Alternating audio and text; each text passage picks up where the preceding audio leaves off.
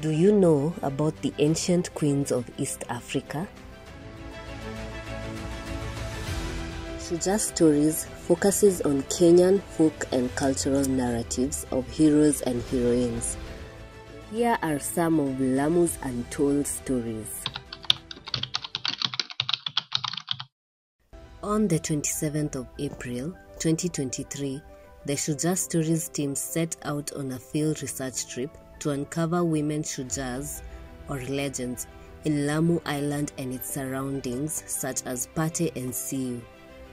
Among the women that are famous and most revered in this region is the Queen of Poetry, Mwanakupona. Join us as we unearth the legendary women who lived here between the 13th and the 18th centuries.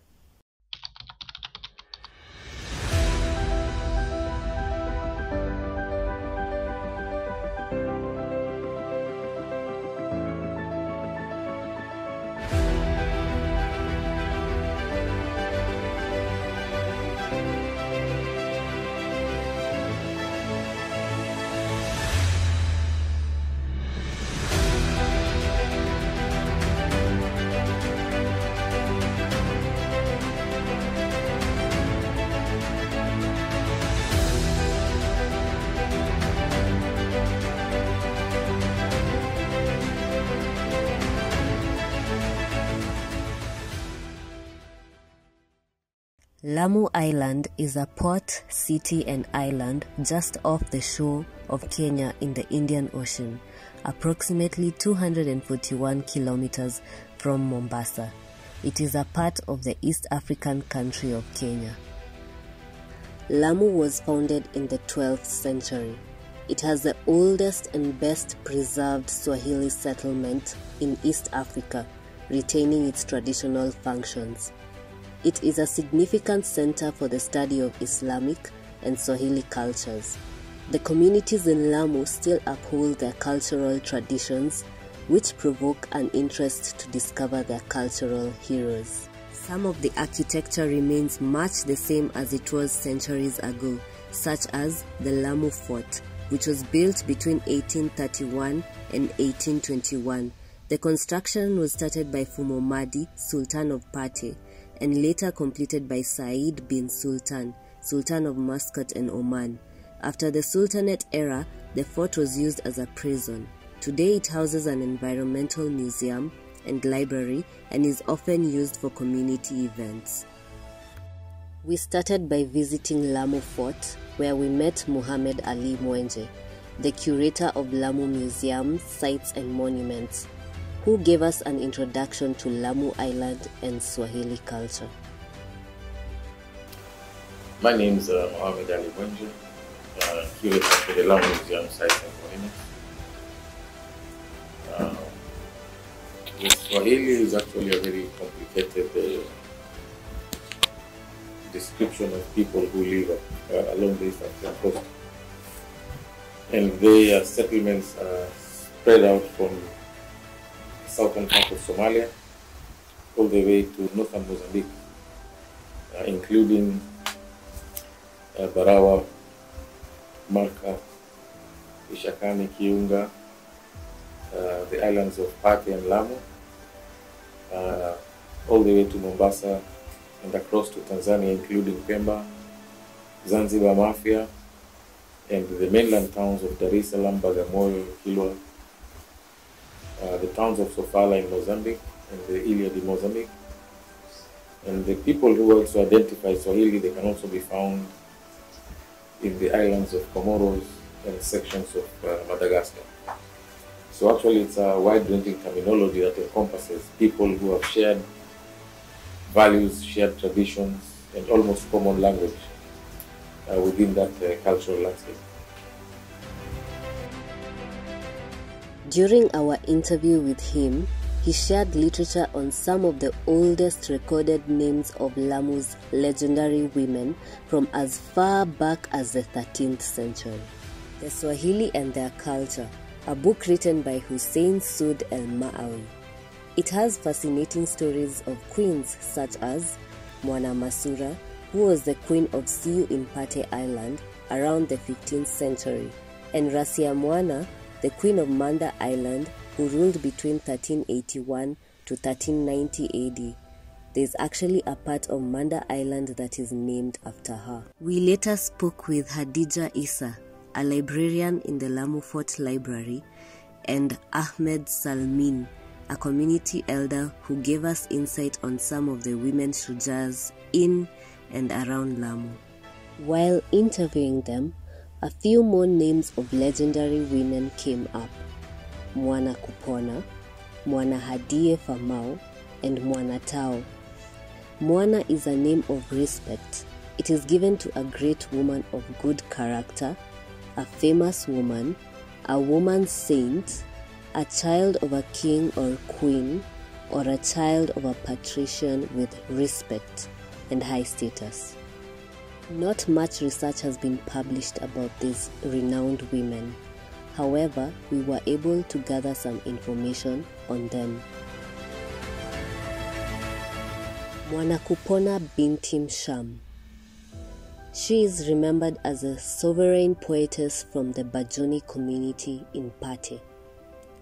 Pate Island was the center of the Pate Sultanate from the 13th to 19th century, surrounded by the island's Arabic and Swahili blend of exquisite architecture, fine arts, music, and poetry.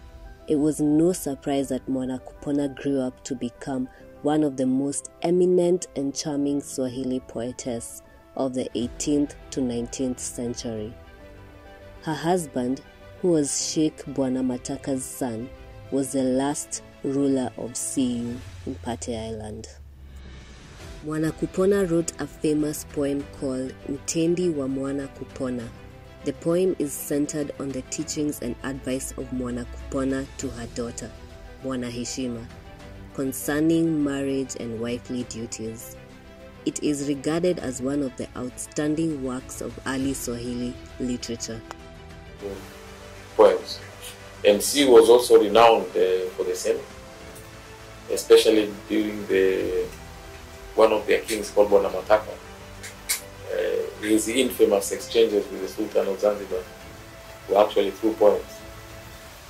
And his wife became one of the most renowned poets or poetesses within the region called Mwana Kupona. She is actually from Pate, but she was married by the ruler of Siu. She's very famous. She has written a poem, Tenzi, and the Tenzi is also very popular. Yeye akamigrate akaja hapa Amu. Alipokuja Amu hapa kuna nyumba hapa karibu na hapa mbele ya msikiti, ndio pale aliandika mashairi ya kumtungia mtoto wake Mwana Heshima. Mwana Kupona died in 1860. Her house in Lamu town still stands to date. It is in this house that she wrote her famous poem, Utendi wa Mwana Kupona. Lamu Old Town is the oldest Swahili settlement in East Africa, dating back to the 12th century. It is a UNESCO World Heritage Site. Its Swahili architecture is combined with Arabic, Persian, and Indian influences. We got to see the remains of a 13th century mosque in Lamu. Due to the narrow streets, the main means of transport within the town is donkeys.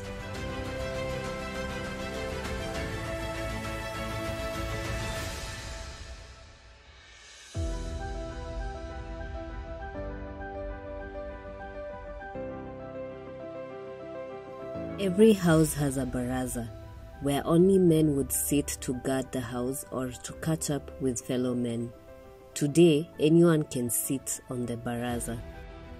Mwana Hadie Famau is known as the Saint of Lamu because of the strong religious views she exhibited during her lifetime in Lamu.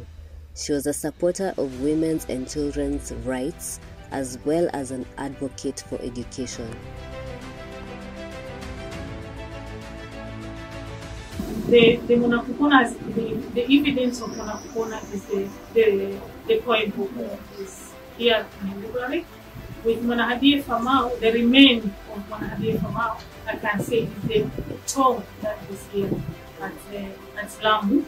We have a tomb there. And there is a lot of rumors about the Manhadir.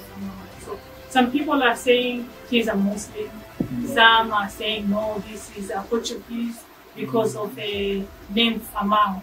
Some people are saying the name Famau has Portuguese origin. So we don't know if this is correct or it's rumors. So I have made I have written an article in the Wikimedia about Manhadir Famau and the tomb. It is a small article with a picture. It was about contributing a picture and writing description. The Lamu Shujaa. So one of the Shujaa that I put in the Wikimedia is Manhadir Famau with a tomb which is not far from here. And the tomb is also popular. Maybe you have seen the picture of the tomb. So because of the structure of the tomb, also the structure is like a Portuguese structure. She championed women's emancipation via teaching, reading, writing, singing, and working in Arabic and Kiswahili. Women flocked to her house where they sat at her feet. This is old tomb from 18th century. So when we were young, we were told this is tomb for Manhadir, so we didn't have full information about it. Now, Sahi, even people don't have enough information as compared to the other men Shujaa, like Zahidi Ngumi. There are a lot of people who have research on Zahidi Ngumi. A lot of people have done research on Kijumwa. But with Manhadir Famau, now we need to do research. Manhadir died 500 years ago. Her tomb still sits in Lamu town. Mwanatao is believed to be a scholar and a renowned religious leader. She had karama, meaning special gift from God for performing miracles. She taught Islamic religious education in her house. She died in 1860 AD at the age of 70 years. She was buried in Siu, Pata Division. Today, people still visit her tomb to make pledges. The tomb of Manatao is at Siu. So there are people up to now, they go to Siu for praying, seeking, maybe they have some superstition about the tomb.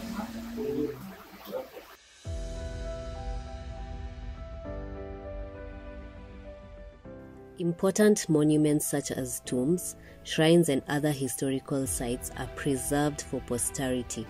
We visited the Swahili House Museum, which is an 18th century Swahili house that has been maintained for people to experience what was a traditional Swahili house.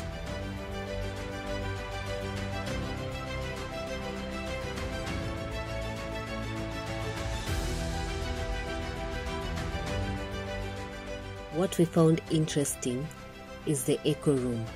If a male visitor comes to visit and the man of the house is not around, the wife is only allowed to speak to the visitor through the echo room. She was not allowed to be seen by another man. Ujambo? Sijambo. Naomba kuzungumza na mumeo. Yuko? Mume wangu hayuko, huyo ashatoka, alienda mjini. Akija mwambie namtafuta. Sawa, nitamjulisha. Haya basi, kwaheri. Kwaheri. The first 3 steps of the stairs were made intentionally higher than the others so that the small children don't climb up. The kitchen was upstairs and they feared that the children could easily burn themselves. Did you know that the Swahilis had self-contained bathrooms during ancient Swahili times? We ended our trip with a visit to Lamu Museum. Here we learned more about the Swahili culture, like the traditional Swahili attire. Because of the Islamic influence on the Swahilis, the kanzu, a tunic or robe for the men, is quite a dominant scene. It is worn as a formal outfit. The kanzu is an ankle or floor-length garment. It is mostly paired with a headgear such as a turban or a kofia, a brimless cylindrical cap with a flat crown. The women cover themselves with kanga or leso while within the domestic quarters, and when they venture outside their homes, they wear a buibui. The Swahili women are known to adorn themselves with jewelry during special occasions. Let's not forget henna, which is applied on hands and legs. The Swahili woman by herself is culture. I think 90% of women contribute in culture. Because our mode of life, our mode of dressing, whatever we do is culture. It's true. After hearing about these legendary women and learning about the Swahili culture, the Shujaa Stories team had a few comments to share. The story which stood out for me is Mwanakupona, because she's coming from the Muslim community. We thought that in Muslim community, the stories of the legendary stories from the women are not prominent, and here is a female hero from the Muslim community. Mwanahadie Famau, because she was a teacher and she used to take children through the madrasa class. And what did we find intriguing about the Swahili culture? I love the architecture, dressing, the kangas, hinas. It's like I believe they were expressing themselves through arts and crafts. Everything about the Swahili culture, their dressing, their food, their customs and beliefs. I can't even pinpoint one thing. It's their whole lifestyle. Everything, their lifestyle, their food, their modes of transport. They are a believer of their true identity, because you'll see everyone wearing the kanzus, the lesos, rather than us, we'll move to the jeans and the skirts. So they are a true identity of the Swahili culture. We also encountered some challenges during this research. The challenges is the time allocated for the research is very minimal. And you see Kenya have around 50 ethnic groups, and the minority ethnic groups have never been documented. So, for example, the stories we got from the northern Kenya, that area need a lot of more time. The time was limited. Rainfall. The rainfall hindered our movement. But why is it important to document these stories? It's important because it's our heritage. It's what makes us us. Because you get to learn a lot about your culture. And also, if the young generation would get that opportunity of knowing about our shujas, they'll learn and they'll appreciate themselves rather than going to look for something that you're not even sure. Yeah. It is important to document these stories because it is part of our cultural heritage. If we don't document them, then the future generation will not learn about our shujas. So it's a way of preserving cultural heritage and promoting collective pride.